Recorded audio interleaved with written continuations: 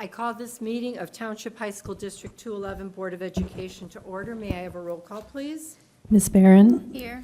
Mr. Bradley? Here. Ms. Cavill? Here. Mr. Dombrowski? Here. Mr. McGowan? Here. Mr. Rosenblum? Here. Mrs. Klimkowitz? Here. Would everyone please stand and join me in the Pledge of Allegiance?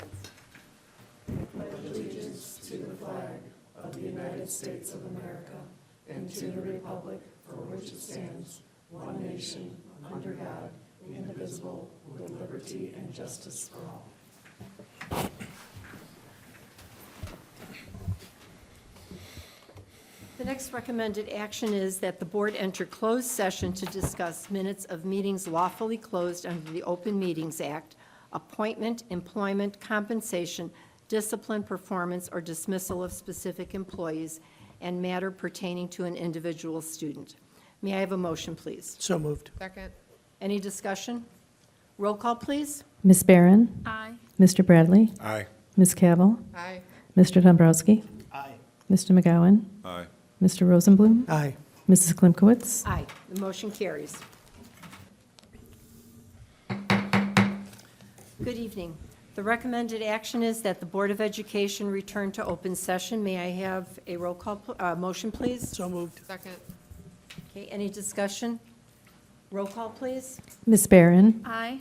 Mr. Bradley? Aye. Ms. Cavill? Aye. Mr. Dombrowski? Aye.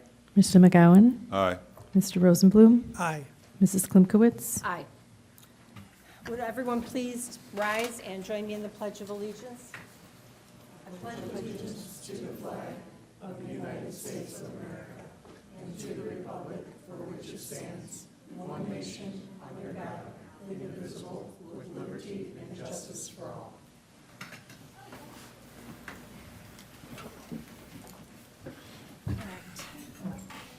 Thank you very much. Before we begin, I would like to ask for a moment to acknowledge the recent deaths of two members of our District 211 learning community. Palatine High School senior Sydney R. Scott, known by many as Sid, passed away September 21st. She had a promising future and will be deeply missed by so many friends and family members. On October 3rd, Fremd High School teacher assistant Amy Soderrigger passed away. While she had been unable to join us at school this academic year, she was a cherished member of the Fremd family since 2018. Both of these are extremely difficult losses. Please join me in a moment of silence to honor their lives.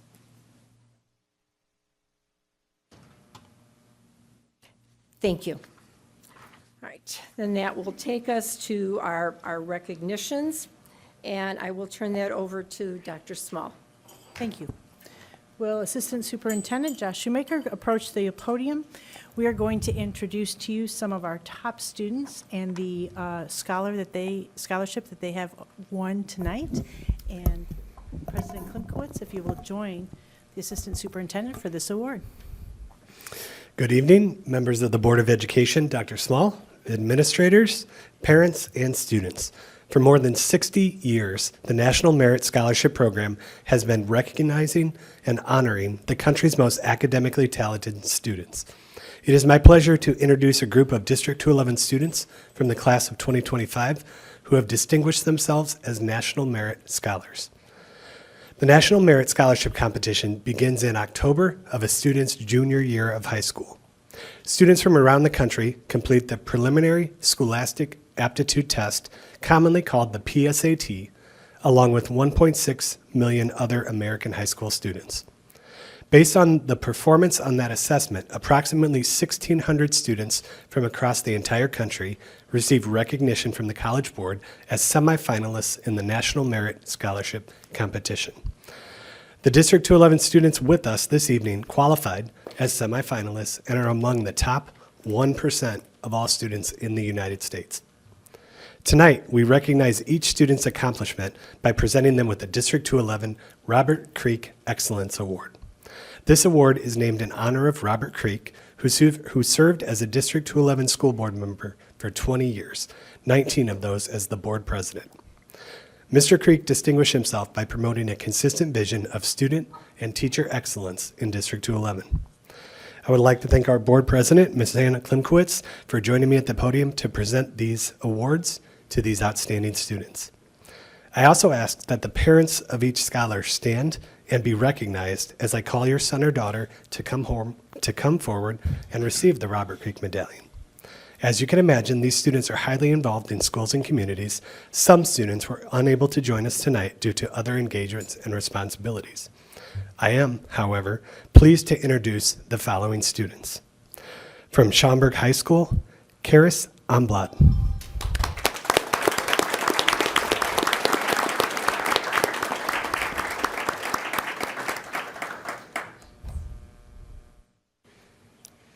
From William Fremd High School, Mitun Ganapathri Arun.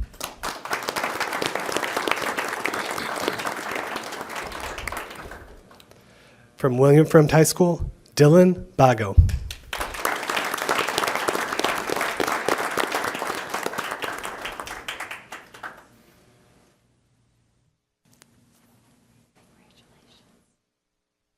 From William Fremd High School, Rangani Chandrasekhar.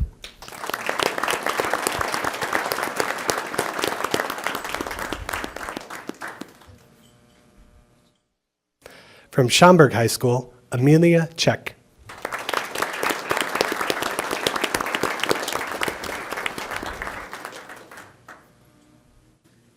From William Fremd High School, Malvika Darwadkar.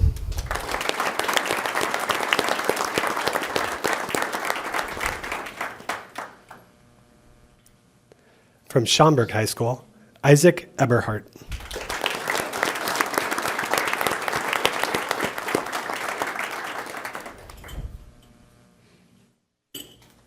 From James B. Conant High School, Scott Gilbert.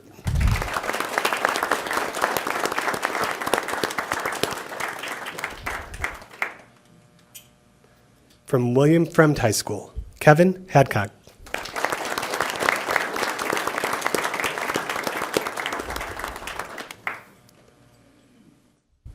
From William Fremd High School, Rishi Chani.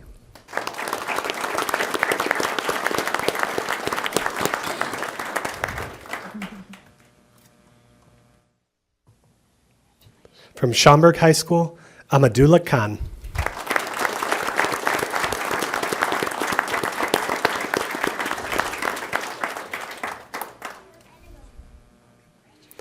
From Hoffman Estates High School, Ananya Krishnan.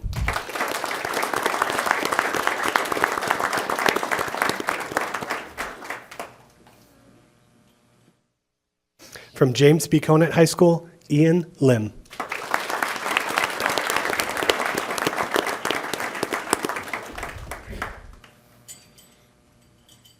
From Schaumburg High School, Jennifer Luo.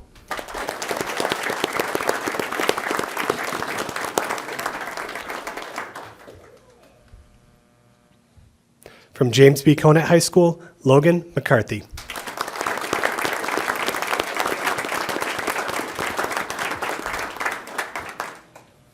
From James B. Conant High School, Kelly Milhausen.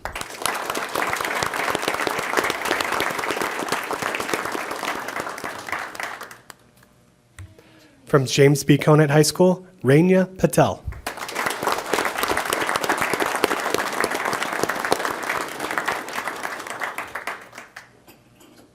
From Schaumburg High School, Alandi Patil.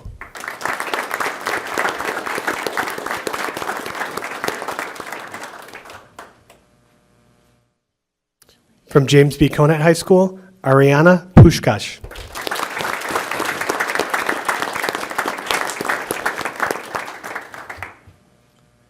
From William Fremd High School, Niv Roychaudhuri.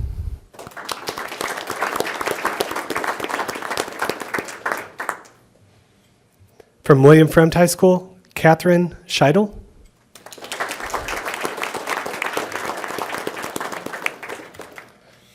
From Palatine High School, Keith Solberg.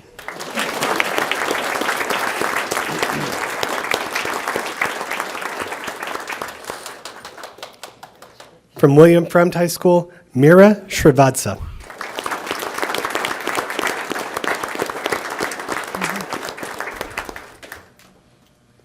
From Hoffman Estates High School, Lukman Syed.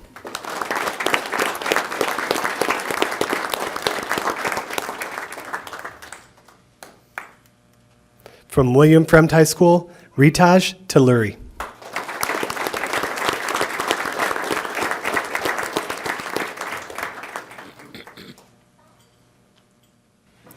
From James B. Conant High School, Archit Tamhin.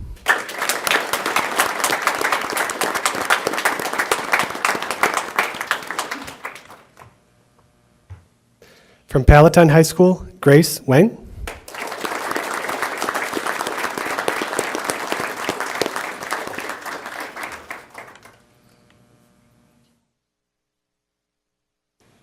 And from William Fremd High School, Eddie or Jason? Jason Joe.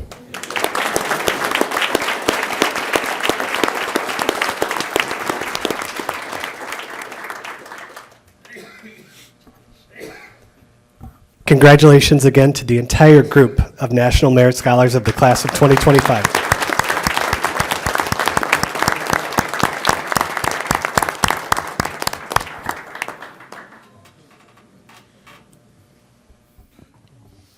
I'd like to welcome Christy O'Donnell to the podium.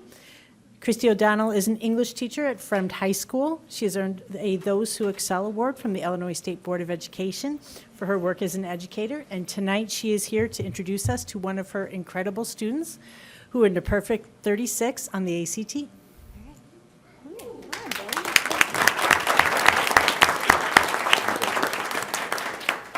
Hello, everybody. I'd like to present Dylan Bago and his parents, Mr. Bago and Mrs. T.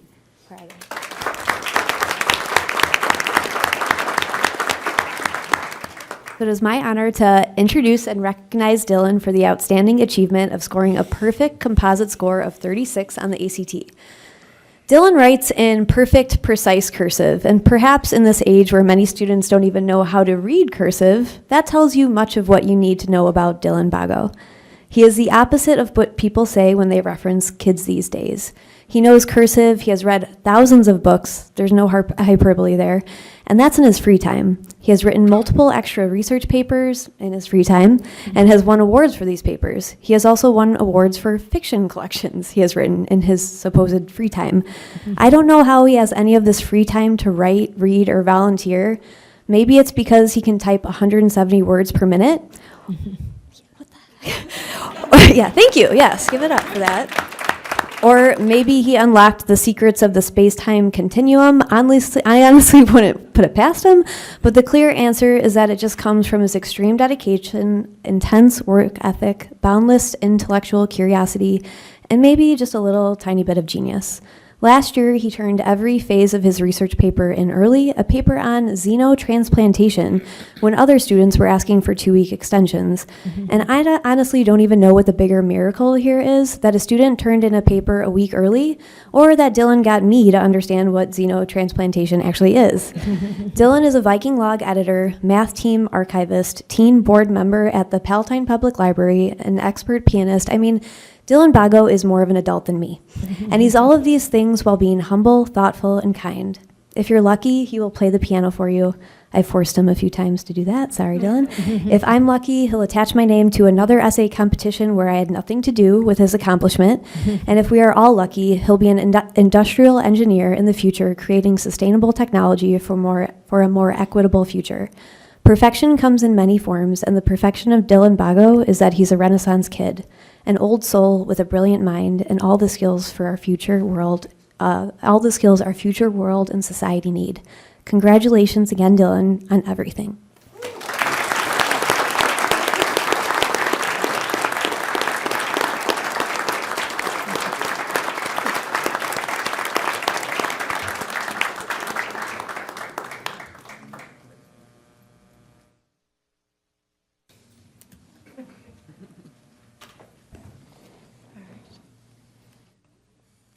Thank you to our amazing students.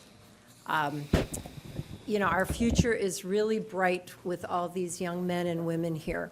And I thank you for all you do at the school, for your involvement. and I'm sure for mentoring your peers and working to make yourselves a better person along with other people along with you. So thank you for all you do. You are just amazing young people, and I look forward to hearing many great things that you're able to accomplish when you move on to whatever career it might be. And thank you to the parents. Thank you for everything you do to support your children. It's just amazing, whether it's transporting them to activities, being there for additional support, listening to your kids, and encouraging them. So thank you to the parents. You are truly amazing individuals also. At this time, we're going to pause and take a quick recess. We will take pictures with our students, so you're welcome to come to this side of the board table here. You can take some pictures, and then we will continue with our meeting. So we'll recess for about 5 minutes. Okay? Thank you. Thank you. The next part of our agenda is public comments, and the board welcomes you and is pleased to listen to your comments this evening. It's important that you know this is a public board meeting and not a dialogue, so the board members will not be responding to your comments or answering questions at this time. As a reminder, the board meeting is being taped and live streamed. We ask that you value the procedures and decorum of our meeting and be respectful to those at the podium so they may be heard. When I call your name, please come forward to the podium and state your name for the record. Though not required, you may state if you are a resident of the district. Please limit your comments to 5 minutes. You will receive a notification when you have 1 minute remaining. Any individual's unused time or place in order may not be deferred to another individual. If you wish a response from the superintendent, please leave your name and phone number with Mr. Teneper. Our first speaker is Camille Biss.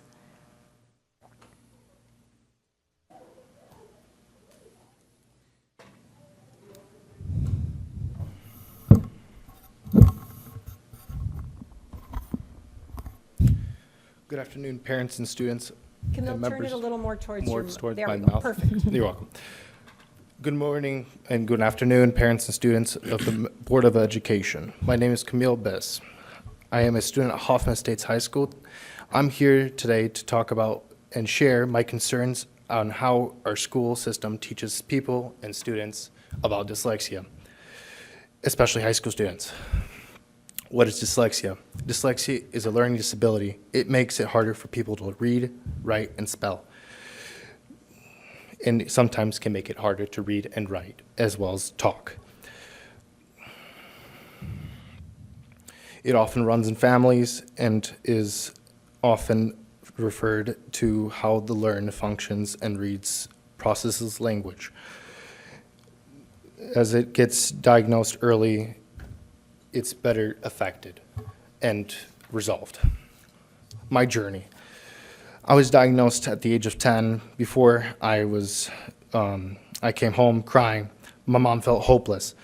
Didn't know how to help me with my disability with dyslexia. I still sometimes feel that teachers still think that I'm slow and incapable of certain tasks. Even after learning I was dyslexic, I still need my needs and still don't understand stuff, which I am not happy that I don't have any of those programs and don't have programs in school. These are and still are the loneliest and not feeling included in school, feeling discluded. I want to thank Mr. Joe from the reading writing program I was going to, that my parents lovely invited me to. He helped me through the hardest times he taught me how to read and write. I want to thank Mrs. Terry for sticking with me for the hardest times through my life and writing this essay. Facts and effects. Around 15% of people have dyslexia. Sadly, 40% of those people also experience depression. Studies have shown that most of those depression leads from feeling bad about themselves, stress, not feeling like no one will understand them.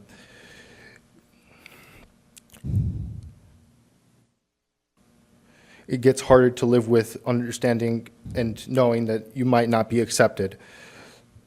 It's important to understand people with dyslexia learn differently, and we should include programs.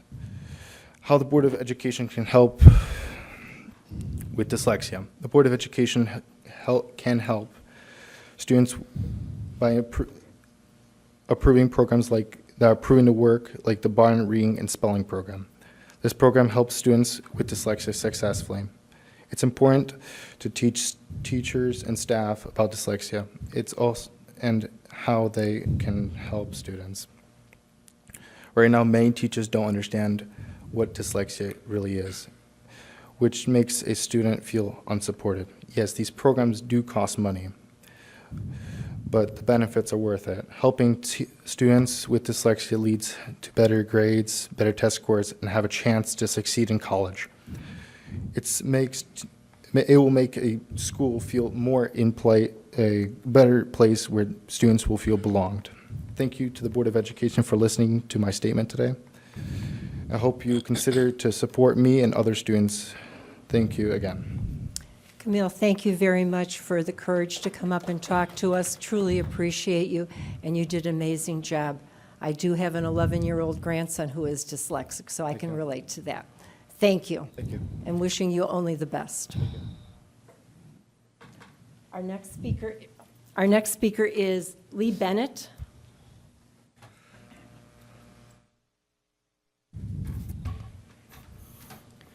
Hello, Board. I'm Lee Bennett, District Resident. Title IX is not focused on athletics. Rather, the law passed in 1972 was a simple declaration that both sexes should have equal access to all our educational programs. This law applies equally to our music and drama programs, language and many other clubs, as well as our non-sports athletic offerings where we find significantly greater female participation. Under current law, we must have co-ed PE classes, and the gym teacher may not use sex to segregate students into competitive groups. Centuries of sporting experience give us good reason to segregate our interscholastic sports teams by sex, despite Title IX. This requires the athletic director to create separate but equal sports programs. Since the Supreme Court's worst decision of Plessy was overturned in 1954, we haven't expected or even accepted this of anyone else in education. The Title IX regulations of sports were approved in 1975, with a 3-year grace period for schools to implement. Advocates credit them for huge gains in gender equity since 1972, but 1978 is when they were first applied. In 1978, female participation in high school sports was 50% of male participation. The share of females in high school competitive sports has increased only slowly over the last 45 years. The bulk of Title IX's original goals were achieved quickly, but its burdens on our schools have only grown. No schools are required to reach a particular ratio of female to male participation. Federal laws and regulations don't even require high schools to report these metrics. Since 2007, attempts in Congress to place this burden on our schools have repeatedly failed. In our state, the best reason for secondary schools to collect these metrics is to obtain permission for girls to compete on a boys' team. This most often applies to allowing middle school girls to wrestle and can apply to high school football and baseball. The three-pronged test within these regulations was designed to address fairness for collegiate sports, which provide scholarship opportunities. The parallels to high school varsity sports make them subject to similar scrutiny.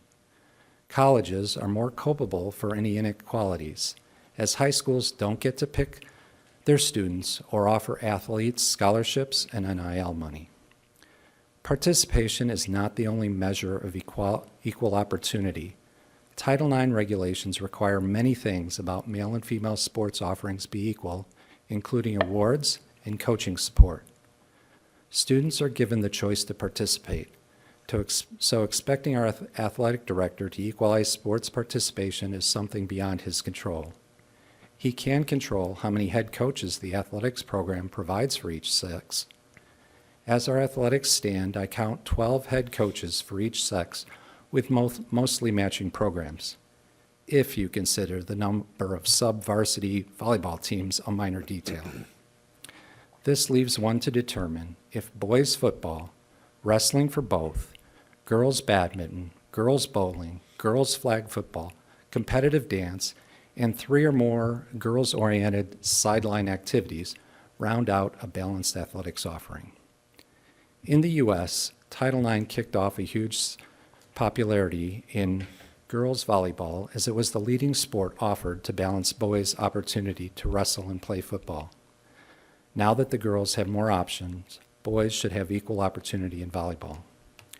Where Title IX regulations of sports apply, school boards and You administrators have 1 minute remaining. might understand them as yet another federal mandate. When we recognize that males are more interested in competitive sports, females are entitled to any sports program where sufficient interest and ability exist. Title IX does not limit offering sports for males. In conclusion, Title IX is not something that applies to athletics in particular. Rather, Title IX is particularly difficult to apply to our separate but equal athletic offerings. Thank you. Thank you. That will then take us to our presentation, and our presentation is on the 2024 tax levy.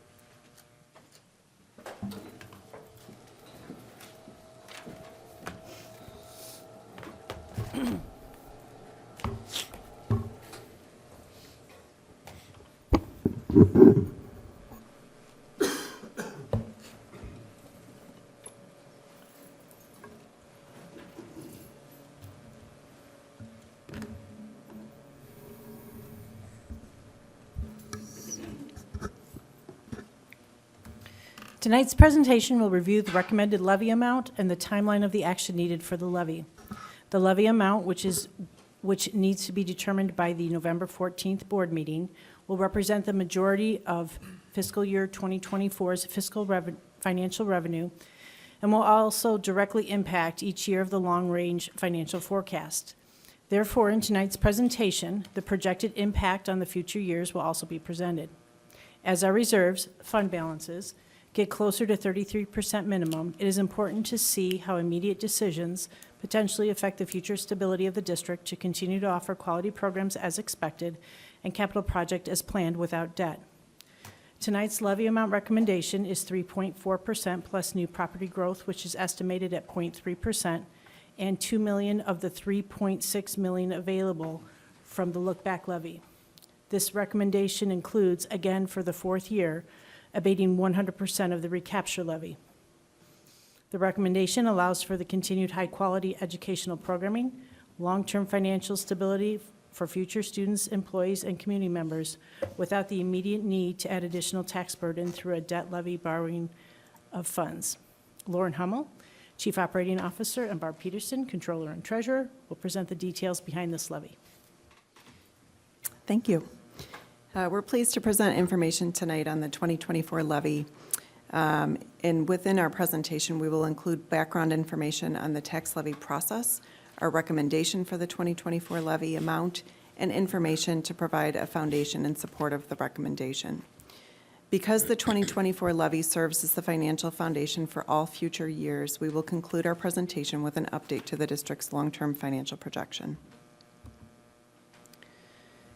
A tax levy is the amount of tax dollars that the board approves as a request to support the financial obligations of the district.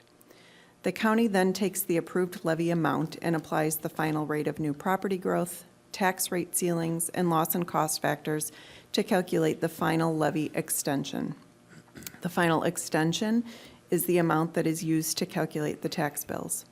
The extension can vary from the levy amount filed and serves as the basis for calculating the following year's levy amount. And finally, once tax bills are generated, the levy collection is the amount of property taxes received by each taxing body. Each year, a portion of the levy extension goes uncollected by way of delinquent taxes or property tax refunds. We typically budget a collection rate of about 99% of the final levy collection in the year following its approval. The levy process in Cook County is subject to the property tax extension limitation law, often referred to as PTEL or the tax cap. As we've discussed in prior years, the tax cap rule was implemented to establish a cap on the amount that taxing bodies may levy each year. The cap is equal or lesser amount of either the consumer price index from the prior year or 5%. The tax cap also allows for new construction growth to be levied for in the year in which it's added to the tax rolls. For the current tax year, the rate of CPI was 3.4% and will be used as a limiting rate for the 2024 levy under PTEL.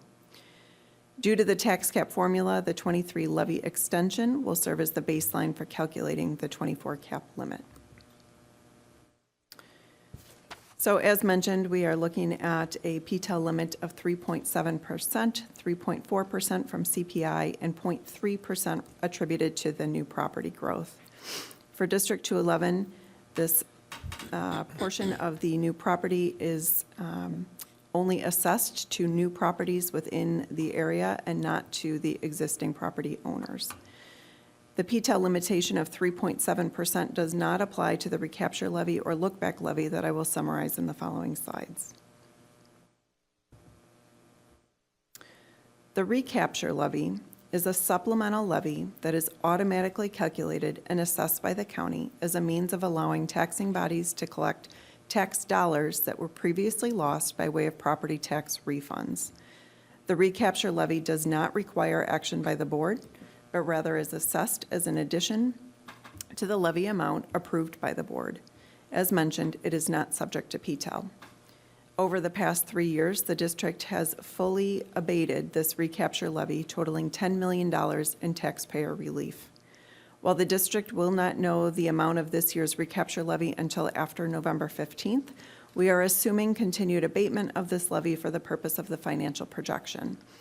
It is anticipated that the 2024 recapture levy amount will be available for review by the board at the December 12th meeting.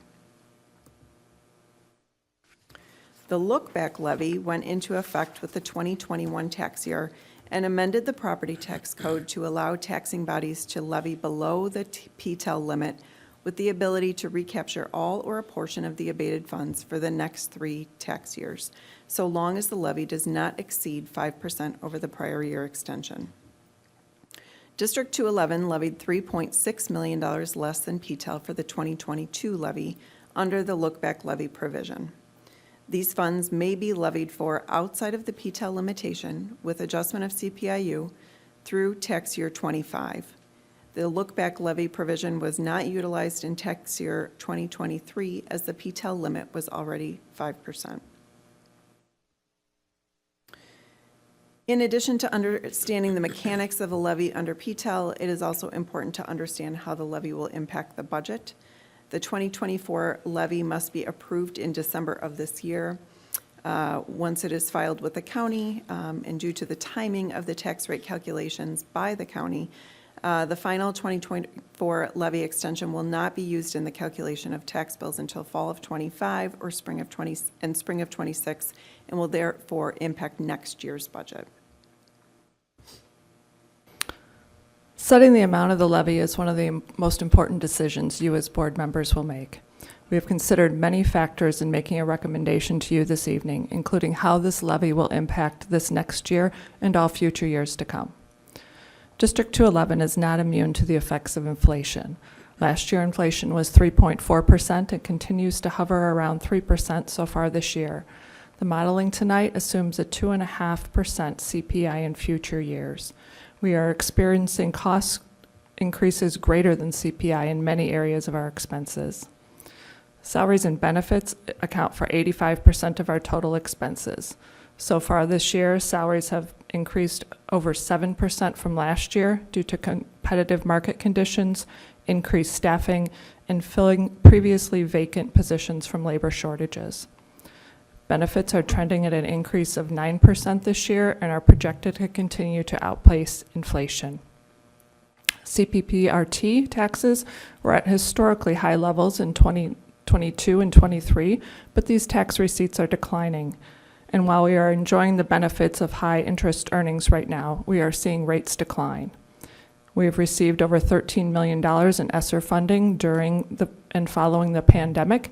However, this federal program has now ended. We do not foresee new revenue sources to replace these lost earnings. Our strategic plan prioritizes high-quality educational programming and extracurricular activities, as well as the desire to operate debt-free, including the funding of all capital improvements. And finally, we considered the impact of this levy recommendation, what it will have on next year and the future long-term stability of our district.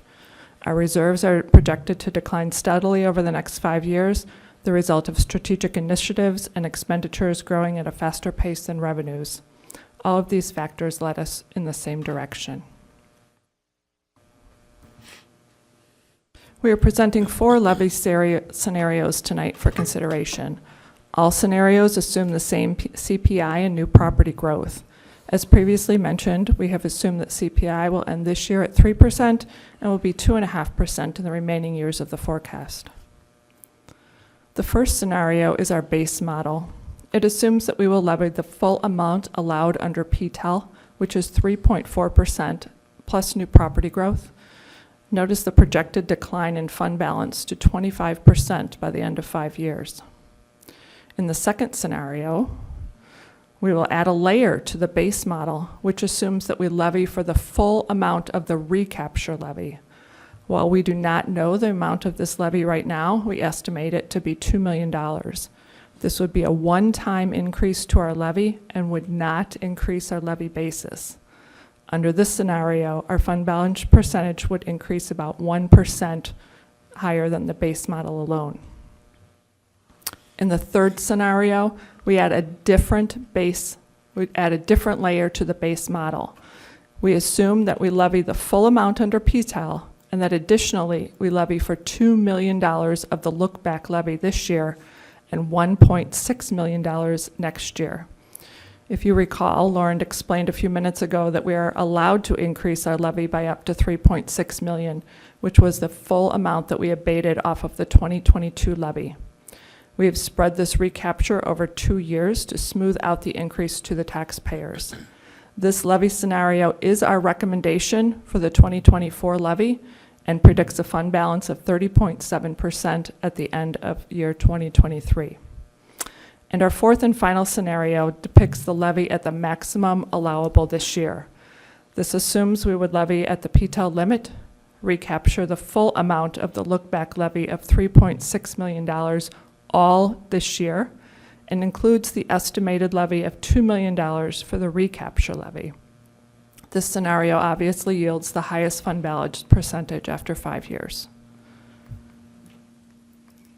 We are recommending a levy of $275.8 million, a 4.5% increase over the prior year.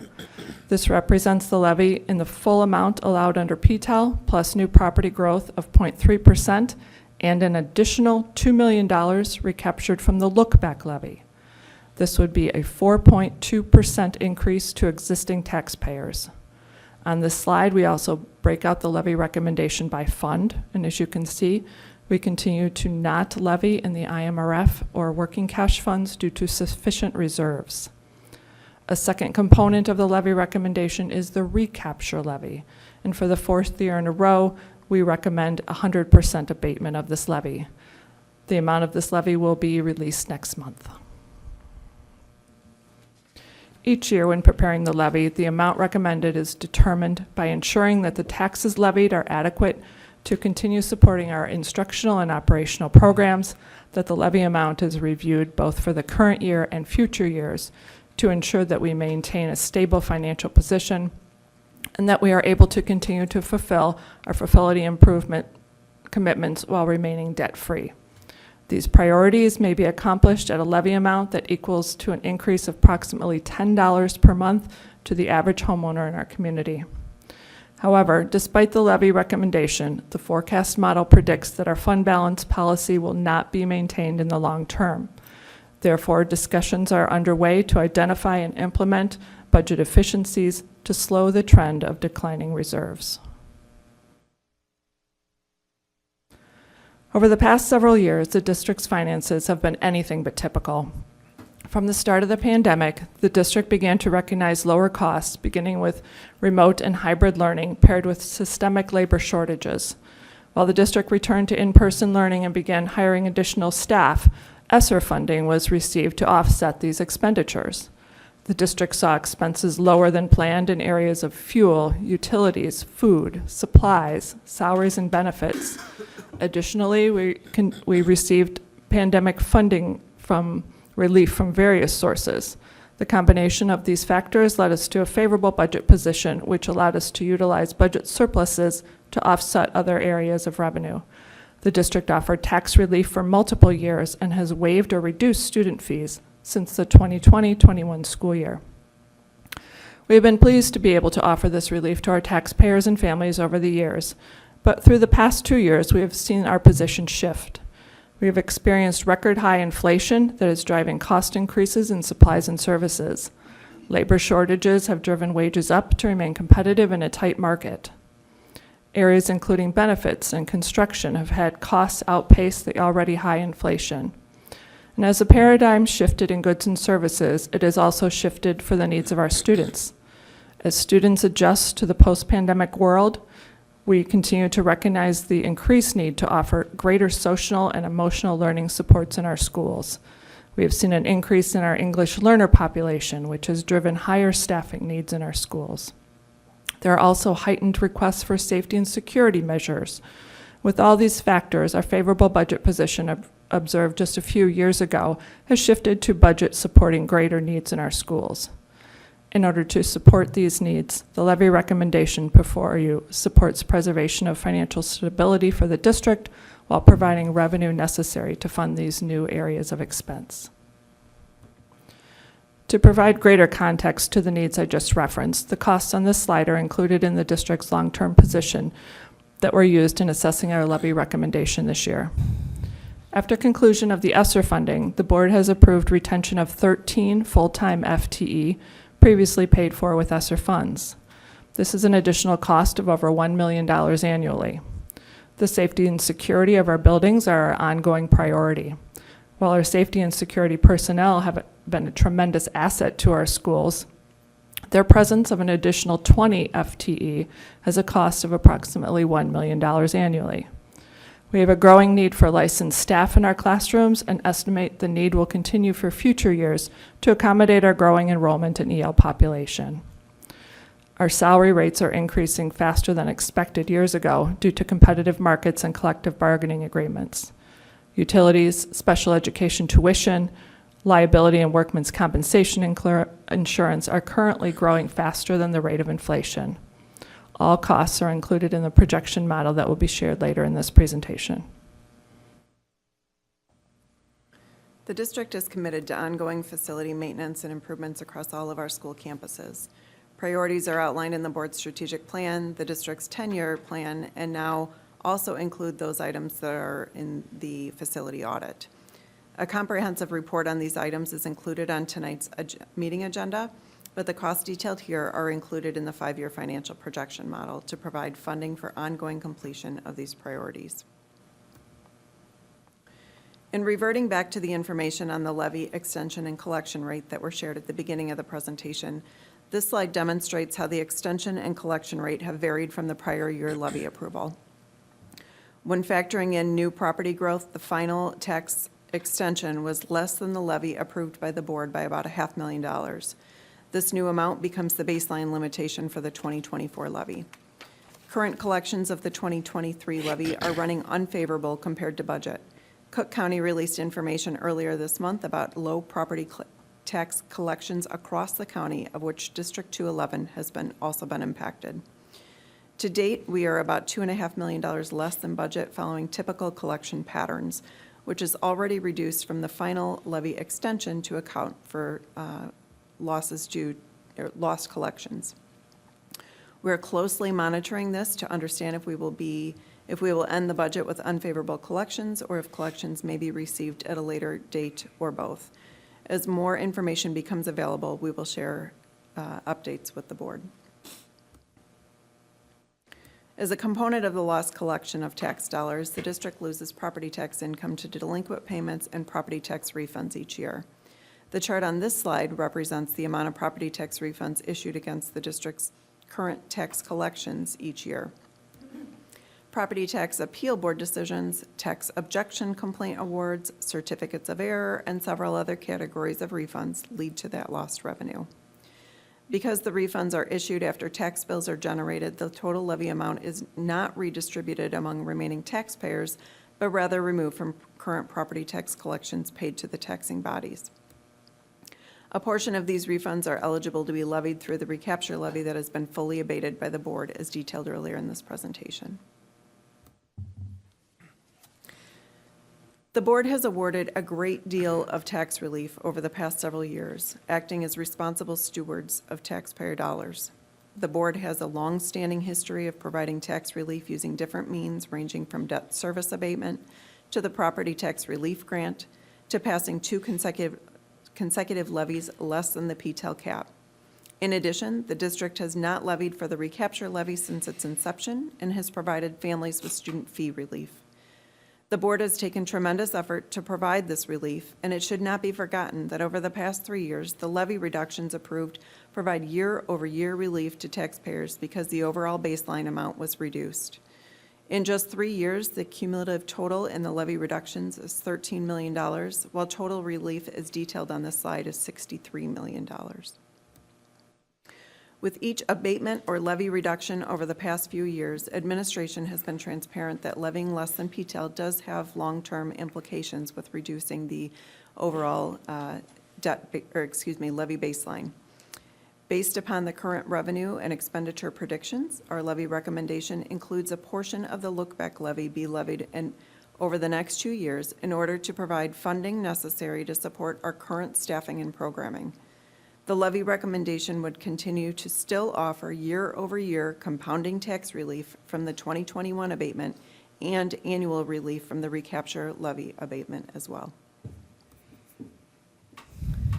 The district has worked diligently to provide balance between the commitment to provide a robust educational experience for students, levy for the funds that have been needed to support our operations, and to provide relief in numerous ways.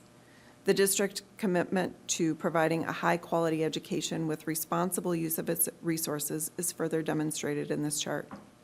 Using the State Board of Education operating expense per pupil data for comparable area high school districts, the district is among the lowest cost spent on a per pupil basis, and while our costs and financial need is increasing, we will continue to strive to maintain balance into the future by identifying areas of cost reduction and operational efficiency as well.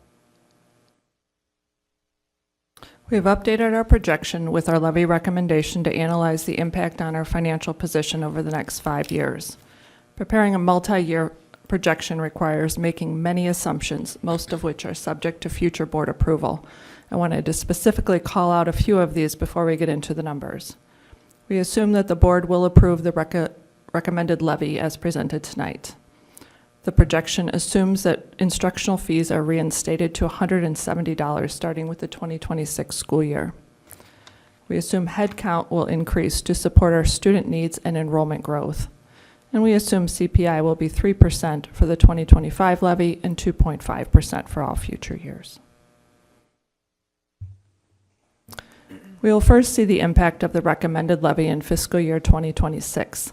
This levy will then become the foundation for growth for all future levies. Please focus on the budget surplus deficit line in the middle of the page. As you can see, next year we will start to see large budget deficits each year. This will decline our fund balance down to and below the minimum fund balance required by policy by the year 2030. This is after levying at the tax cap each year, adding in 3.6% for the look-back levy over 2 years, and reinstating student fees to pre-pandemic levels. This deterioration in fund balance should give you pause. We need to work to align our revenues and expenditures. Increasing the levy alone is not sufficient to slow the trend of declining reserves. We must also identify and implement budget efficiencies as well. Currently, the administration is reviewing reductions in the area of capital improvements, technology replacement cycles, software and textbook replacement. paper consumption, utility usage, chaperoning expense, and overtime. The projection model assumes CPI of 3% this year and 2.5% for the remaining years in the model. 2.5% is the average CPI allowed under PTEL for the past 5 years. However, as you can see, there have been many years in recent history where CPI has been less than 2% and even years less than 1%. Changes in CPI can have a significant impact on the projection model, decreasing both the revenues and expenditures. However, revenues will decline first, followed by expenses where not bound by contract. We share this tonight as a reminder that CPI tends to be cyclical and it is possibly headed to levels below the forecasted amount. This slide shows the past, present, and future fund balance levels as compared to our board policy minimum threshold. The tan-colored line represents the minimum reserve levels we must maintain for the operating funds combined. Upon reaching this level, board policy states that we must have a plan to maintain or grow our reserves. The red line is the historical and projected operating fund balance level.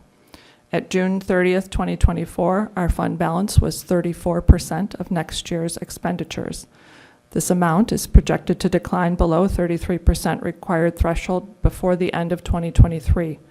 This is of concern. Even with the full levy, the look-back levy, and adding in student fees, we are projecting that our costs are going to outpace our revenue growth. This is not just the result of capital spending. Our operating costs and our educational fund are outpacing inflation.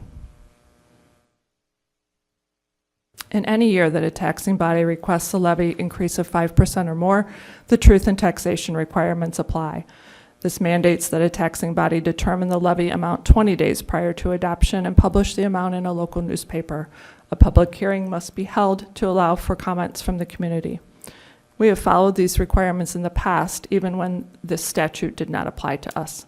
If the board sets a tentative levy in the amount of our recommendation, it will once again not apply. However, we recommend a hearing be held regardless at the December 12th Board of Education meeting. 2024 levy information is presented to the board over a series of meetings. Introductory information was first presented at the September meeting. Tonight's agenda will provide the board with additional information on the levy, including the 2024 levy recommendation. The board will then set the amount of the tentative levy at the November meeting, followed by a public hearing and levy adoption in December. The levy must be approved and filed with the clerk's office by the last Tuesday in December. The levy recommendation set forth tonight accomplishes our strategic goals and puts us in the best possible position to create financial stability into the future. We recognize that adding the look-back levy on top of the PTEL limit is a big ask for you and a big ask from the taxpayers. We are also aware that we're asking for additional revenues before implementing expenditure reductions. We believe we need both a tax increase and expenditure reductions in order to accomplish our financial goals. Due to the tax laws, we only have the opportunity to ask for this look-back levy 2 times. Once is right now, and once is next year. Expenditure evaluation and reduction will be ongoing. Be happy to answer any questions that you would have this evening. Thank you very much. Ms. Cavill, would you like to start? Let's see, sure, I've got a few things on slide 10. I just want to make sure I didn't mishear something, so I have a clarifying question. I want to make sure that the total levy percentage increase over the prior year is, as stated on the slide, 4.5, not 4.2. I heard a 4, or 4.2 would be the percentage increase to existing taxpayers, and then we'd have 3.3% of new property growth. Okay, thank you for clarifying that. Let's see. So I also want to ask if your financial projections include the staff that we added, the safety and security personnel, as well as the ESSER staff that we decided to hire on even after the expiration of the funding. Yes. So both. we're assuming that those staff are included in the 5-year projection. Yes. Okay, and does your projection include, I know a couple meetings ago we talked about ComEd trying to reclaim some funds. There was some sort of weird, thing where they decided that, we owed them money and more money than we were expecting. Has there been any movement on that? I know that you had mentioned there was a possibility of like a lawsuit or something like that. Has there been any movement on this issue with ComEd at all? I don't have an update on any sort of lawsuit. The clawback provision is what you're referring to, and that was over a series of months in which a portion of that was budgeted to continue this year. And then that coupled with the new rates that we are observing this year as a result of the auction last year and just the market rates that are out there, those increased significantly. So we're Yeah, so that's impacted part by both the of those. utility cost increases that you were Correct. talking Yes. about. Okay. And then if you could speak more, I mean, I know all districts in the area, District 15 had this same problem, hit with the CPPRT. Could you talk a little bit more about that? Do you have more detailed information on the gap between what we were hoping for and what we got? Somewhat. It's always a mystery, and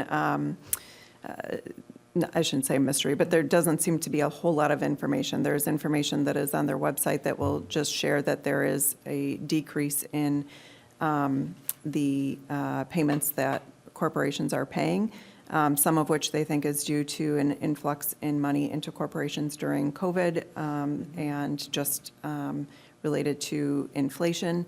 But we do, I think we got as high as, $9 million? And historically, we were about $3 million for a long period of time. It would fluctuate maybe a couple $100,000, but not millions by any means.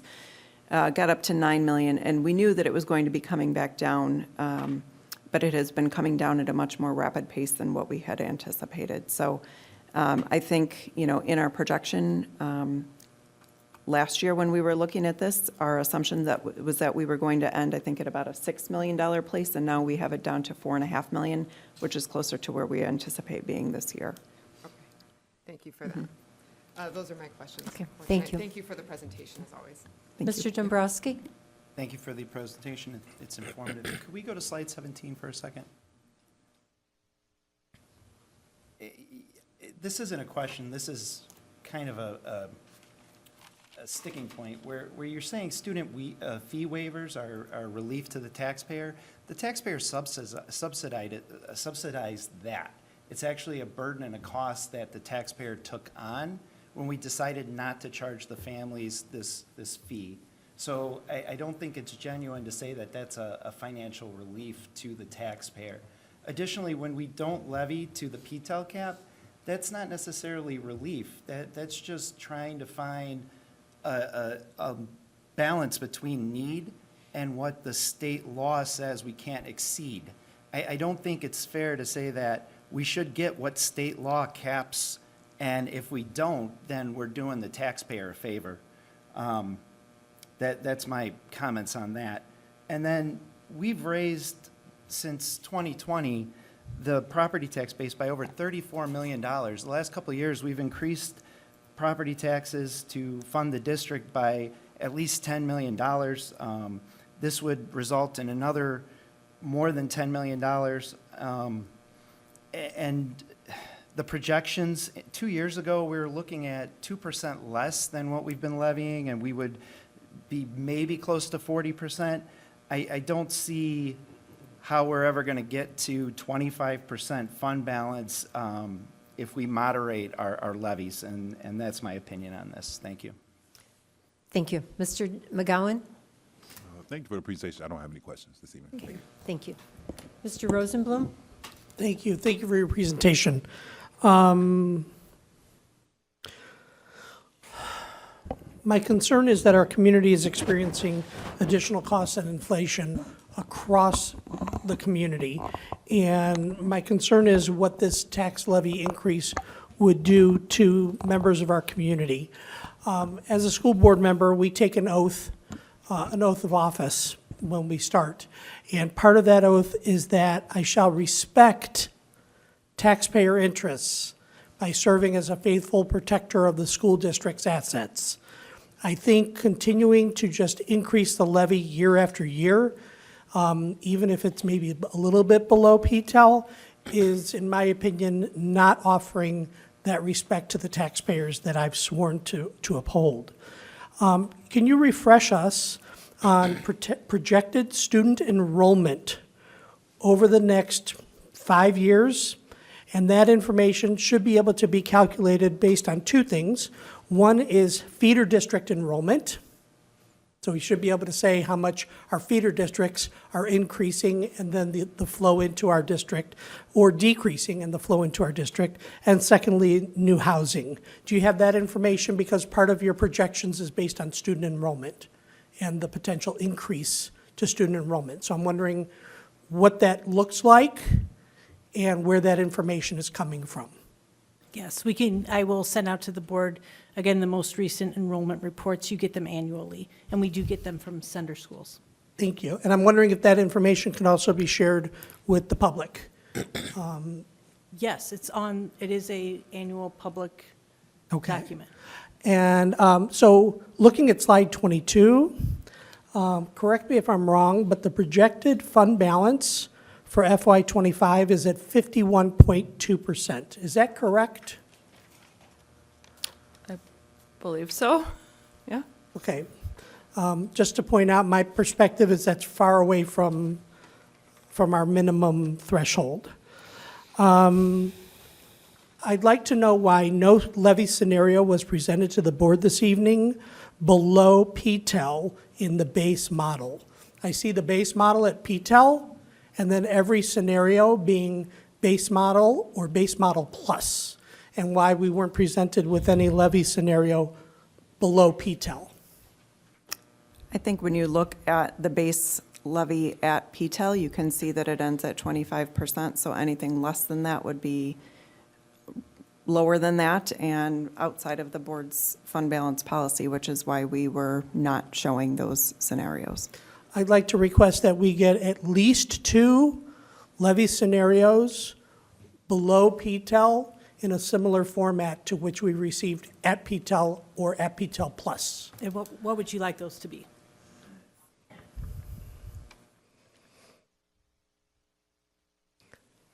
Right now, it looks like, so PTEL is at, so the levy requested is 4.2%, correct? The base model is 3.4% plus new property growth. That's the So first. maybe we can get one at, Madam President, Yes, is sir. there a consensus for this additional effort by the staff? I just want to ensure that we don't have one board member emphasizing resources of staff without consensus from the board. All right. I'm in Val? favor of Mr. Rosenblum's suggestions, but I just want to make sure that we have consensus. Okay, thank you for bringing that up. Board members, do you wish to have 2 scenarios below the 3.4% plus the 3% new growth? Ms. Barron? Yeah, yes, please. Okay, Mr. and I'm, Bradley? Something in there too, because you're taking into consideration the student fees being reinstated at 175, correct? Is that- 170. 170? In 2026. Correct. So is that reflected into the projections? Yes. If the board agrees, can we see something where it's not at that 170? Can we, Okay, or is that? I think I'm going to kind of stop and let's see if I can get some consensus here. I think if we start picking on certain things, that's going to be very difficult for our finance department really to start taking things apart. I think we need to take a look at this as a whole, and then when we talk about student fees later on, that's something we can decide if we want to keep it at the, what did we have, $70 or $75, or if we want to increase it. So what I would ask is that we take a look at the whole picture here, looking at all of the different parts, the fixed conditions, the variable conditions, and what some of our future expenses are going to be. So is there consensus to ask the finance to come up with 2 more scenarios that would be below the 3.7? Madam President, my question would be, why? Because if we're at a base model and we're already at 25.2% of the fund balance, and last I checked, that's below our threshold, why would we request Because that's what information? Mr. Okay, Mr. Rosenblum is asking for. can you help me understand? The reason for my ask is so that we could see how it would play out. Because right now, we're only being shown the maximum PTEL, and then plus over and above the maximum PTEL tax levy increases to our constituents. And I just wanted to see what happens from a playout perspective. I mean, we're being shown one point of view, and that's max PTEL plus. I'd like to see if we didn't go with the max PTEL, what that would look like. Would that bring us the decrease in our fund balance? It would drop sooner, quite Yeah. possibly. The numbers would So just that's get not worse. something, it's going to get worse. So is that something we want the finance department to spend time working on, when I don't know if there's consensus here? All right, I don't see a need for that scenario. Like I said, Okay. the fund balance is there, and if we're requesting anything lower than PTEL, you'll be at under the 30% by 2027, and it just doesn't, I understand what you're saying, but I don't see the need, unfortunately, Mr. Rosenblum. Okay, respectfully. Mr. Dombrowski? Oh, yeah. I think that it's kind of ridiculous because we've been looking at these projections for 10 years and we're always going to be under 40% at year 5. And then instead of the projected percentage that we get for CPI, I mean, we were projecting like 3.8, we get 5.3. Where does all that extra money go? Into the fund balance. I'm absolutely in support of Mr. Rosenblum's suggestion. Thank you. In fact, I would even put the recapture levy as a consideration in there and get rid of the nonsense where we're sending, attorneys over to the PTAB and they maybe have a shot of recapturing something, maybe not, versus guaranteed money that's put in front of us by the state. Okay, thank you. Ms. Cavill? I am still in favor of not making homeowners pay for the refunds of corporations and businesses. So I disagree wholeheartedly with Mr. Dombrowski, as usual, on this regard. I am not in favor of this because I think the numbers really speak for themselves. And I find it very bizarre, this conversation, because I remember, similar conversations in a very different financial position 5 years ago, for example, 6 years ago, et cetera, when we ran a scenario about a flat tax. And most of the board at that time looked at that and saw it for what it was, which was a very bad idea. According to what the strategic plan has dictated, what our community says, the way our community wants us to manage our funds and the way the board has set policy based on not paying a debt service levy, et cetera, and paying for capital improvements in the least expensive way possible, which is through reserves. And so I'm not interested in entertaining that argument. Again, these numbers are bad enough. I don't need to see worse ones. My kids are still going to school here. A lot of kids are still going to school here. And I want those kids and successive generations in the next 5 years during the next financial projections, I want those parents, those families, and those kids to get and expect the same level of service and quality provision that students had 6 years ago, and 5 years ago. And I reject the premise or the implication that people on this board somehow don't care about taxpayers. I think that's a disingenuous argument when what we're really having is a difference in philosophy about the way we fund schools. District 15 is doing something very, very different through a referendum. I pay taxes in that district. They're more expensive than ours, have been for years, and the taxpayers paid over $16 million in debt service levy alone this year. Right. I'm not interested in doing that to our district. I don't see it providing much benefit at all with, tanking retention rates and all sorts of other issues that come along with funding your schools in that way. Madam Thank President, you. just No, to, Thank you. I had to listen to those comments. I get to talk too. Thank you. just to So the answer is an emphatic no. These numbers, to me, speak for themselves. We can have a frank discussion about them on the Okay. merits at the next meeting. Just Thank to you. emphasize Mr. Rosenblum's point, we have never seen a 5-year projection that would end a fund balance over 50%, but yet here we are. Mr. Bradley? No, I'm not interested, thank you. Ms. Barron? Yeah, I would like to see. Okay, and Mr. Rosenblum, I take it you're a yes? I am, all I'm asking for is information. I'm not asking to do anything with that information, but I'd like to see it because we're not even being presented with alternatives Okay. at this point. And for someone to say, worst-case scenario, we're going to be shutting things down and reducing education and the quality and the experiences that our students are able to take advantage of, I think is looking at doom and gloom opposed to alternative levies, which we can then look at different ways of spending the money that we are getting from the taxpayers. If I may, my response is no, because if you're looking at lowering it, it's going to bring our fund balance down sooner. I think if we take a look at what the fixed conditions are, what the variable conditions are, we have, our community wants, as Ms. Cavill had explained, the quality of education to continue. We have the English language learners. We need to have more of a staff. We have a higher population there, our special needs. There's a variety of expenses that we simply have no control over. I think what's been presented to us, there's not consensus to ask for two lowercase scenarios. So we will move forward. And do you have any other questions? No, I do not. Okay, thank you. Mr. Bradley? Yeah, thank you guys for a great presentation. No questions, but more so comments for me. I do believe that the education is number one, but before education, we need safety and security in our buildings. And I think capital improvement in our facilities is definitely number one.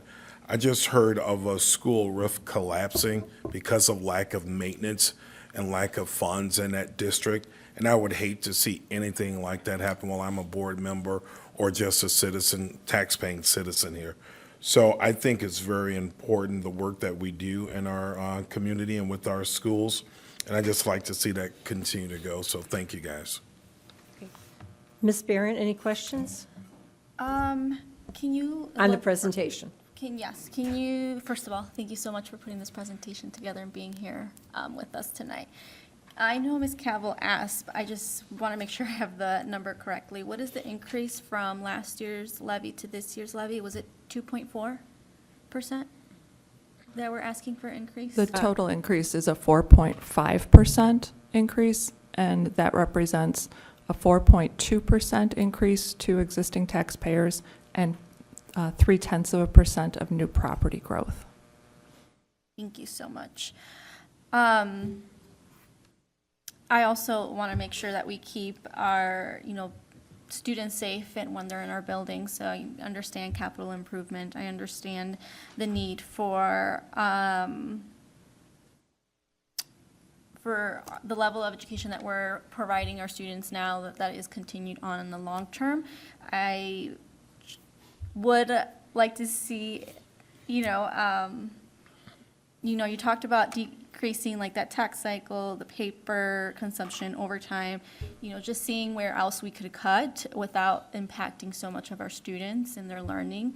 I know that you guys are doing that work right now, but just seeing what other ways that we can, because it is a big increase, especially in our economics tonight when families are struggling even to buy groceries, to keep a roof over their head, and increasing their taxes is a really hard decision that we have to make here on the board if that's what the board decides to do. So again, just what I would like to see is more cuts where it's not impacting our students and seeing where else we can make those cuts. So thank you so much. Thank you. I think it was, it was a good presentation. It was very informative, and this is very good discussion by the board members. I'd also like to really point out that we have not had outstanding debt for a number of years, and I think that that's something to be said for our district, because some of our surrounding districts have had to go to referendums and currently have debt in order to maintain their facilities. I think we provide our students with a number of opportunities. We saw the results of those opportunities with our young people here today. I think we need to continue that, but we also need to look at cost-saving measures. Some of the things that you pointed out, as Ms. Barron had said, I think we need to continue with those, and hopefully those will come back to us. If our students need financial assistance, we are helping them with that. If they're on free and reduced, we're making certain that they're getting that. And any fees that need to be waived for them, if a family is in need, they certainly can come forward for that. So I thank you very much for the presentation, and I suspect we'll have more discussion on this next month. So thank you very much. Thank you. All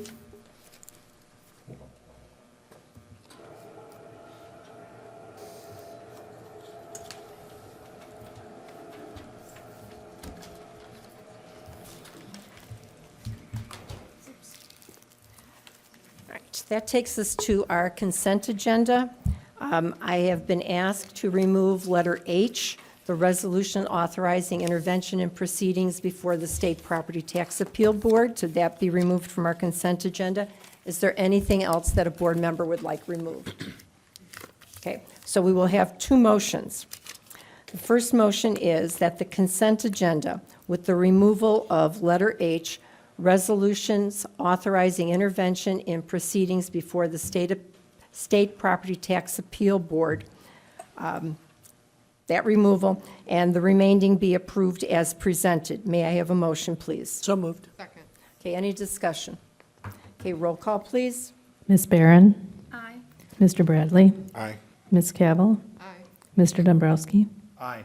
Mr. McGowan. Mr. Rosenblum. Aye. Mrs. Klimkowitz. Aye, the motion carries. The next recommended action is that the Board of Education approve the resolutions authorizing intervention in proceedings before the State Property Tax Appeal Board, which seek assessed valuation reductions in excess of $100,000 for property tax year 2023. Docket number 2023-24969, 2023-30764, 2023-27502, 2023-27501, 2023-31209, 2023-30728, 2023-28724, and 2023-30672. And further authorize Franzik as the Board of Education's legal representative to file requests to intervene in appeal proceedings forms with the Property Tax Appeal Board on the properties for which the district receives notification of appeal. May I have a motion, please? So moved. Second. Any discussion? Roll call, please. Ms. Barron. Aye. Mr. Bradley. Aye. Ms. Cavill. Aye. Mr. Dombrowski. No. Mr. McGowan. Mr. Rosenblum. Aye. Mrs. Klimkowitz. Aye. The motion carries. All right, then that takes us to special reports and communication. You have the Freedom of Information Act request. That's an information item. Are there any questions? Okay, the next item is the 2024-2025 free and reduced price meal eligibility. That's information. Dr. Small? This report indicates the percentage of free and reduced meal eligibility at approximately 40% of our students. Our range within our 7 campuses goes from 22% at our lowest school up to 80% at our North Campus Academy. The board's policy for student fees allows for fees to be waived for students who are eligible for these meal benefits. Through the support of our staff, community resources, the District 211 Foundation, Realtors Against Homelessness, and other donations, we are also able to support these families whenever possible to keep students engaged in all opportunities our schools have to offer. Okay, any questions there? All right. If not, that will take us to unfinished business. Madam President? Oh, I'm sorry. I need a short recess, if that's all right. Can I have 5 minutes, please? Okay. We're going to take a recess.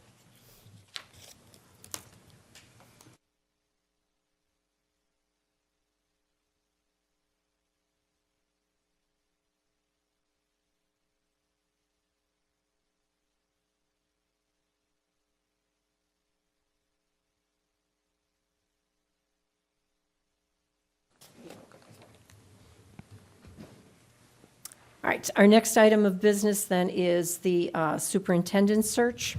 And the recommended action is, there was a motion that was made a few months ago when we started our superintendent search that our goal was to be able to announce a candidate by October 17th. We've not been able to. We've had some wonderful candidates that we've been interviewing, and we're still in our superintendent search.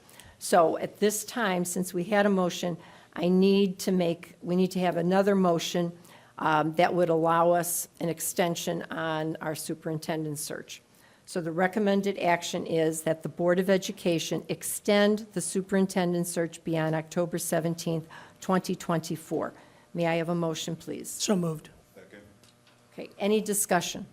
Rather than just ask for an extension beyond October 17th, would it be beneficial to say, extend it to December 12th, which is the December board meeting?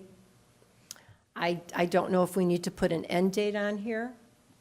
I would hope that by that time we have, I hope so too. My thought is if we put the December board meeting as an end date, that our goal could be to have it done. all right, do you want to Prior, amend? but- Well, we do have a goal to end it to hire a superintendent as soon as possible. So is there an amendment to this motion? I'd like to request. Is there a second to Mr. Rosenblum's amendment? Second. Okay, then we'll vote on that. So you're adding December, December December or November? Ms. Rose? 12th, December 12th.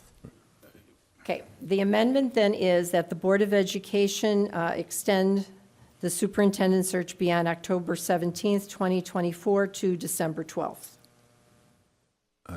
Personally, I feel like that's too far out. I'd rather go shoot for November, next month's board meeting. Early on, we had the conversation. My concern was the transitional period from hiring a new superintendent to that small window from being hired to transitioning into the role, and I'd like to keep that as big as possible. Okay, if I may, can we, all right, I have an amendment and I have a second on it, so we either need it to pass or to fail. Well, first we can have discussion, Well, and and that's I'm what open Mr. for McGowan is discussion. providing, I think. Well, it's Mr. Rosenblum changed to November. I got his back. You want it November because you want it sooner. Absolutely. Okay, any other discussion on the amendment? I would suggest we fail the amendment and table the agenda item to the next meeting. Well, okay. Any other discussion on the amendment? My concern is if we table the item altogether, if we just leave it, so is Mr. Dombrowski suggesting that we leave it as presented to extend beyond today? Because that's all that this board has approved up to this point.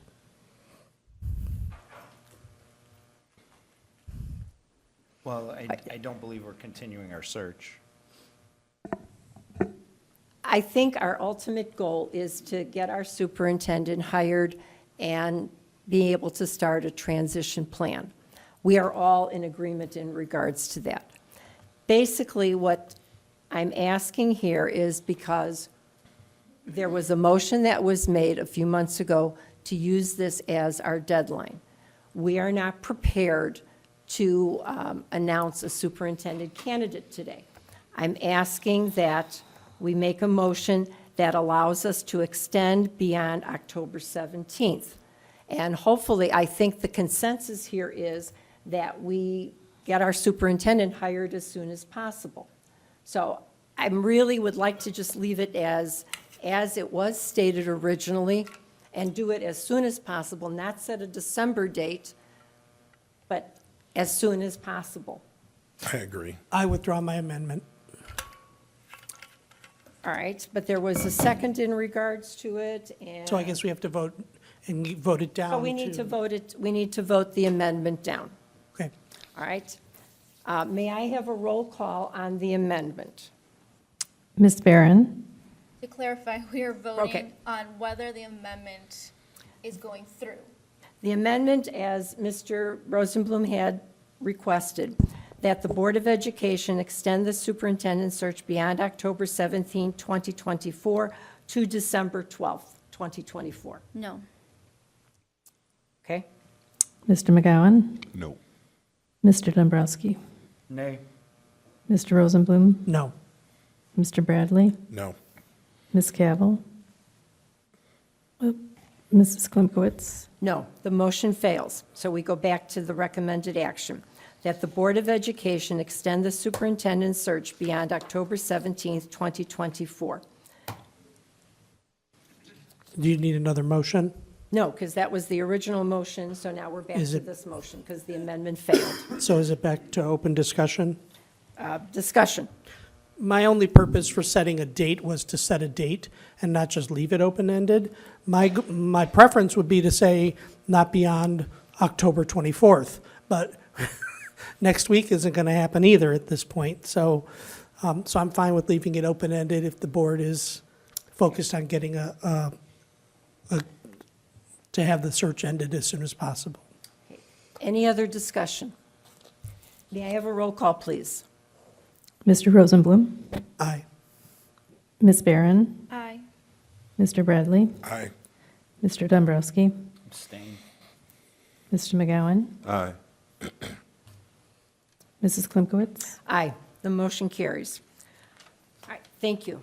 That takes us to the 2024 tax levy information. Any other discussion or information?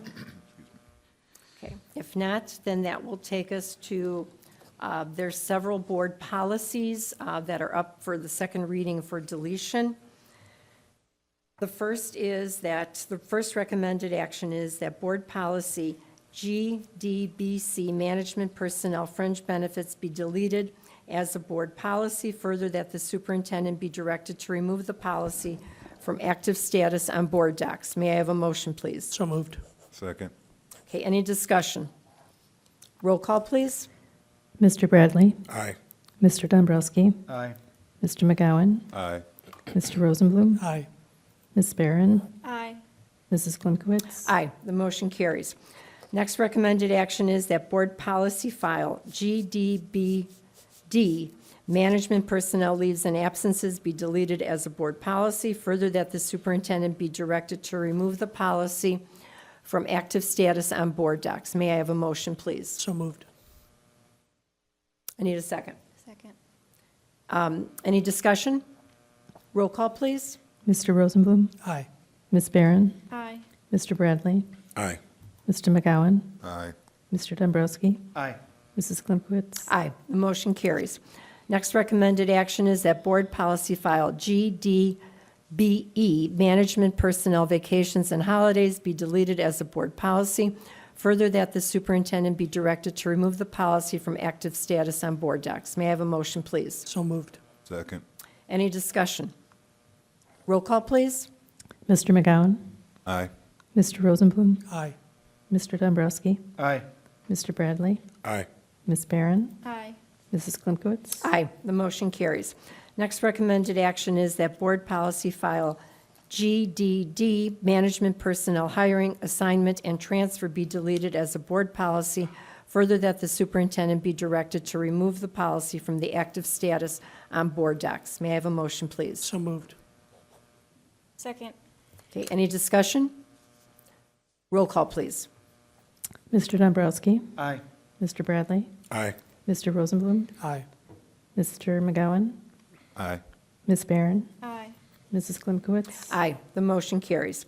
Next recommended action is that board policy file GDLB, management personnel service club membership, be deleted as a board policy. Further, that the superintendent be directed to remove the policy from active status on board docs. May I have a motion, please? So moved. Second. Any discussion? Roll call, please. Ms. Barron? Aye. Mr. McGowan? Aye. Mr. Bradley? Aye. Mr. Rosenblum? Aye. Mr. Dombrowski? Aye.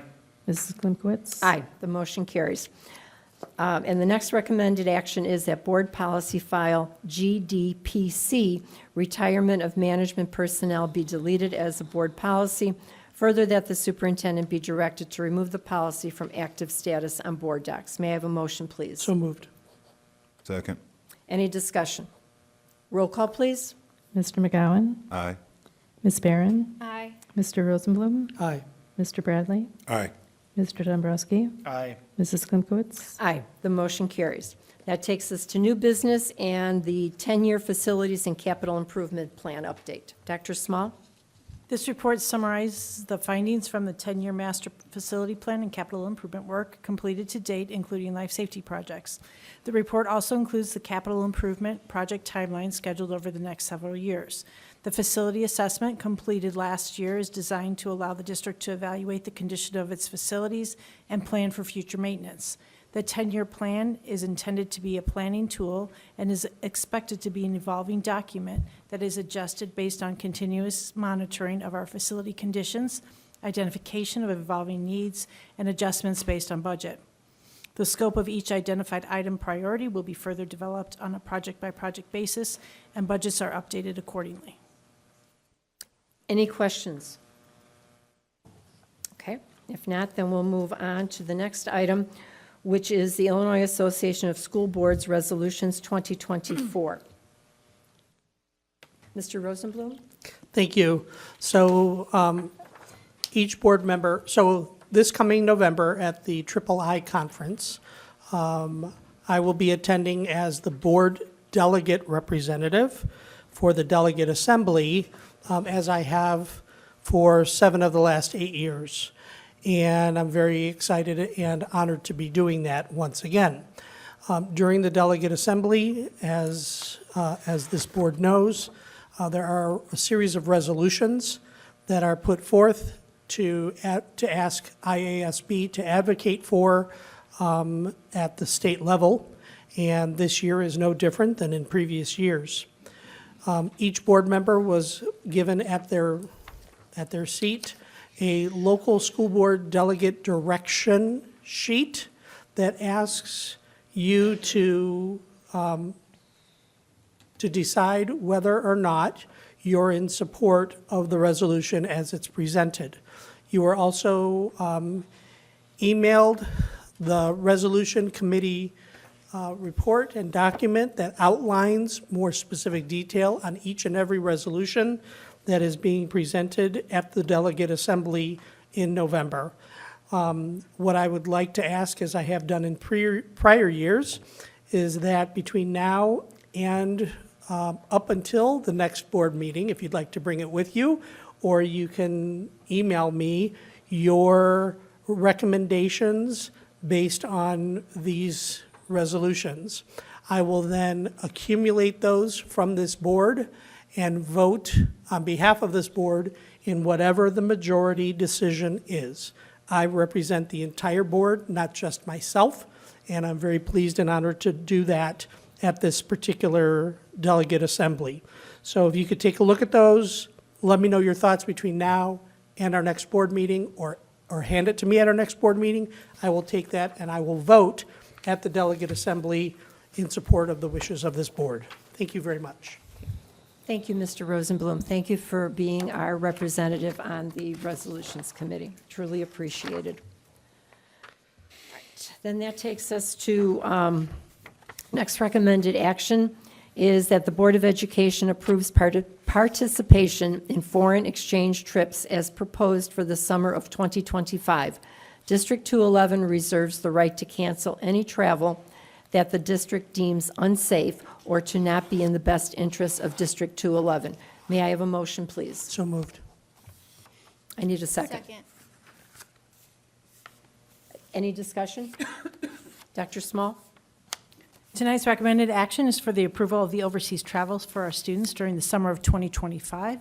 The board write-up details the recommendation for parents to consider the value of getting travel insurance, as the board reserves the right to cancel trips should the State Department and/or other federal agencies declare areas to be unsafe or discourage travel to those areas. Okay, if there's no questions, then we'll move on to. I just have a comment, and that is, this is a wonderful, wonderful opportunity for our students to experience foreign lands through the eyes of people who live there, and take advantage of this as a learning opportunity. My daughter had had the chance to do it with Schaumburg High School to go to Costa Rica, and it was truly a life-changing experience for her, not only because she was immersed in a Spanish-speaking country, but it helped her decide to minor in Spanish in college, and she gained great fluency. In college, she experienced student teaching in Ecuador, and has now a great fond love of things related to Spanish-speaking individuals, and she helps others in the education world. And it all really started with her experience in this program. So I strongly encourage anyone who's listening to this to, if your child is possible to take advantage of this, to please take it seriously and consider it. Okay, thank you. Any other comments? Okay. Just maybe a quick Yes, sir. question. I noticed that we have a trip scheduled to China for Conant and Schaumburg. Do we rotate that and offer it to other schools, or is that tied to specific programs? Based on the interest. Okay. They don't rotate, but in the past, they have taken students from other schools also. Okay, thank you. Okay, any other questions? Then roll call, please. Mr. Bradley, Aye. Mr. Dombrowski, Aye. Mr. Rosenblum, Aye. Ms. Barron, Aye.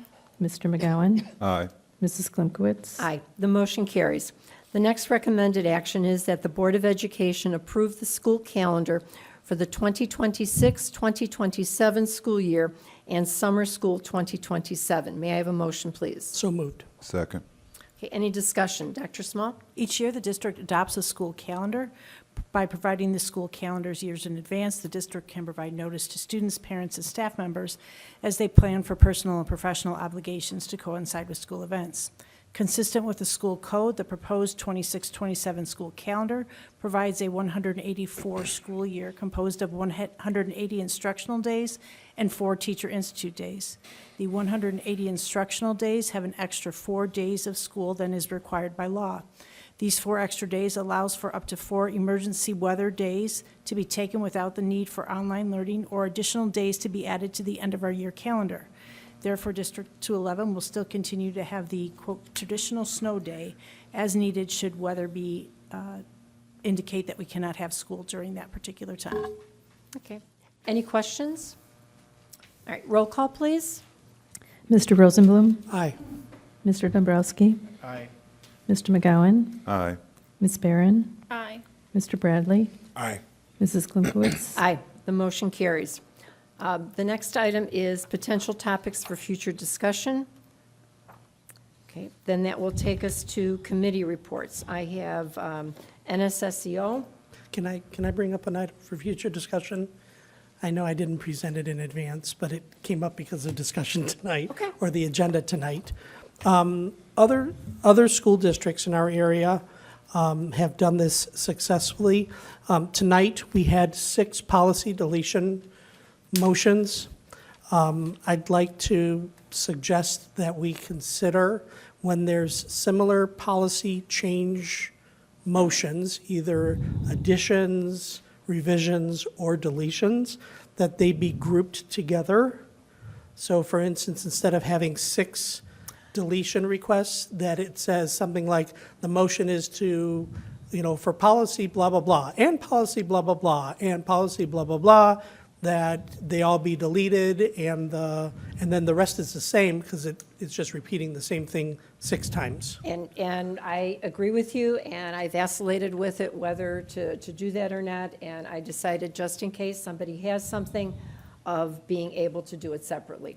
But if there's consensus with the board, if we have something that's a deletion, and you're supportive of that, and they can group them together, then we'll do so. Or leave it as, kind of like we do with consent agenda items, that if any board member would like a particular policy change to be removed from the motion, then we can make it a separate motion.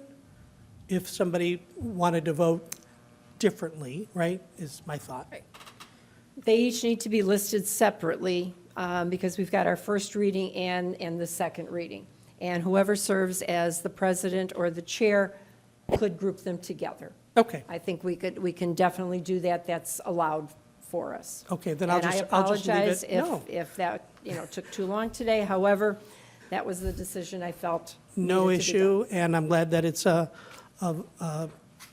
glad that it's an option for the board president. done. Okay, Thank you. as long as people are comfortable with that.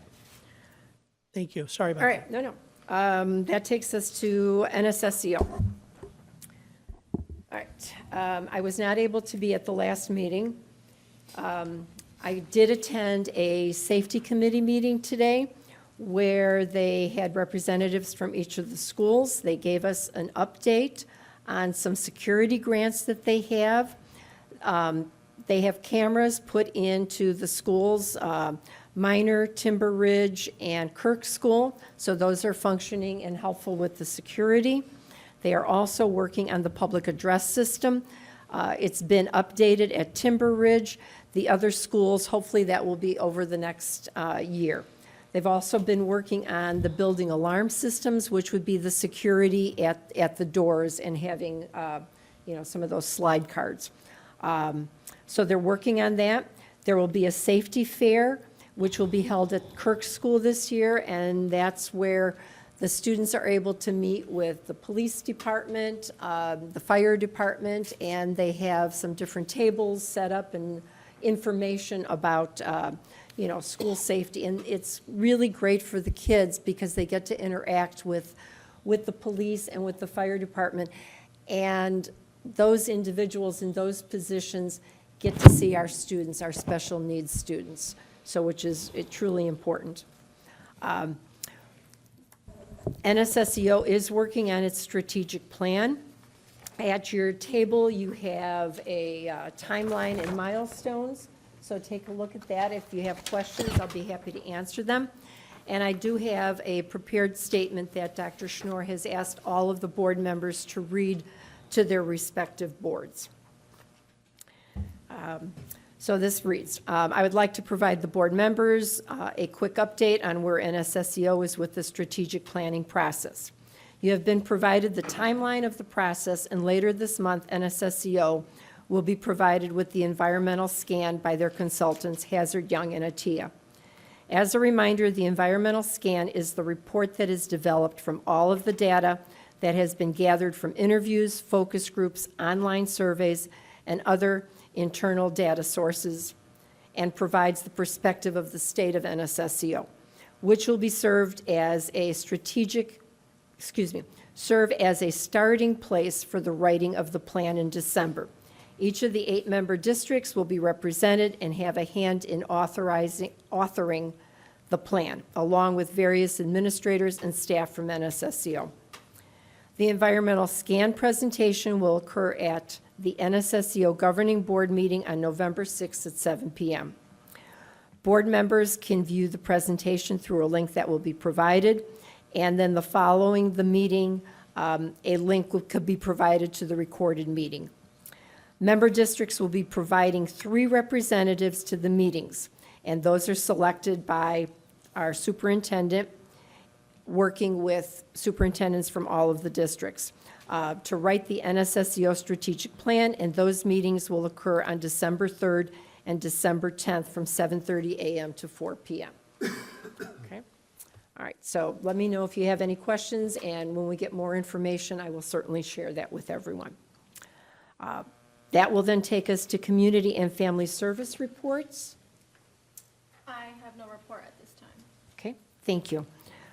District 211 Foundation report, I was not able to attend. Dr. Small? You saw in an earlier agenda item that the foundation has put a donation of $25,000 forward for the district to run portions of our incubator program, so we are thankful for that. And we will continue to see more of those donations come through the board agenda over the next few months. Okay, thank you. Facilities and building safety report, Mr. Bradley?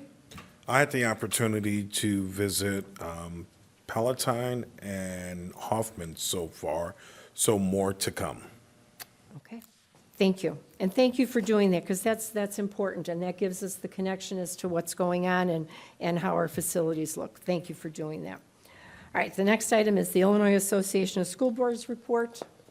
Thank you. So a couple things. One is obviously resolutions, not going to beat that up again. The IASB website has webinars available to anyone in the public who is interested in running for the school board. So there are free webinars and other information to help those who might be interested in becoming candidates to walk through different steps and processes and forms and calendar dates and all kinds of things that are on there. The website is iasb.com. So check it out.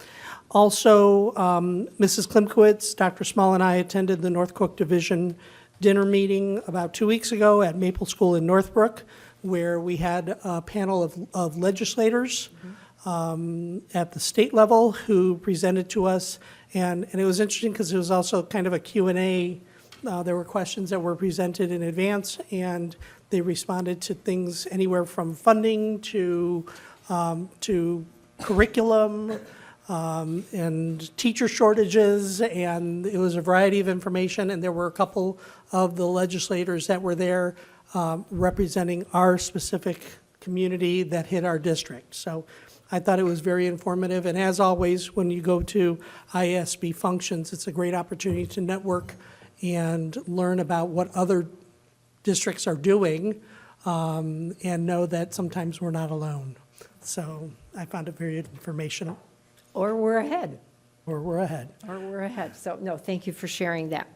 All right, that will take us to our upcoming events and calendar. November 5th, the buildings are closed due to Election Day, and then November 14th is our next board meeting.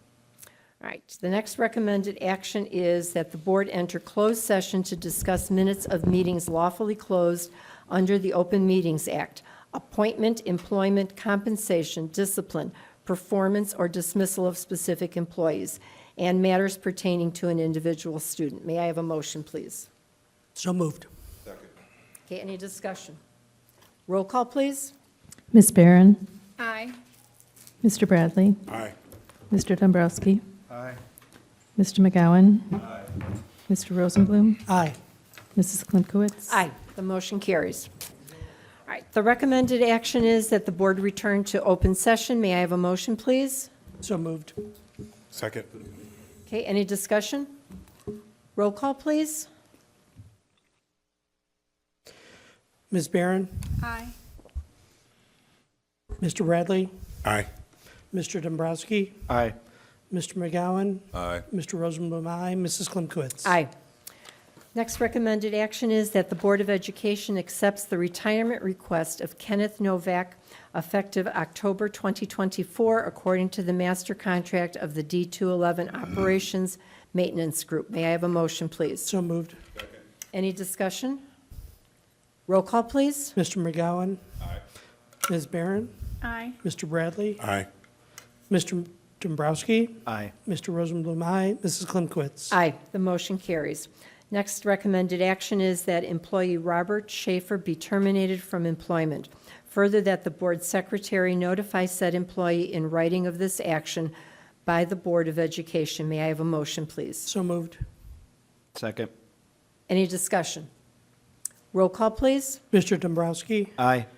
Mr. Bradley, Aye. Mr. Rosenblum, aye. Mr. McGowan, Ms. Barron, Aye. Mrs. Klimkowitz. Aye, the motion carries. And with no other business to come before the board president declares this meeting of the Board of Education adjourned. Thank you.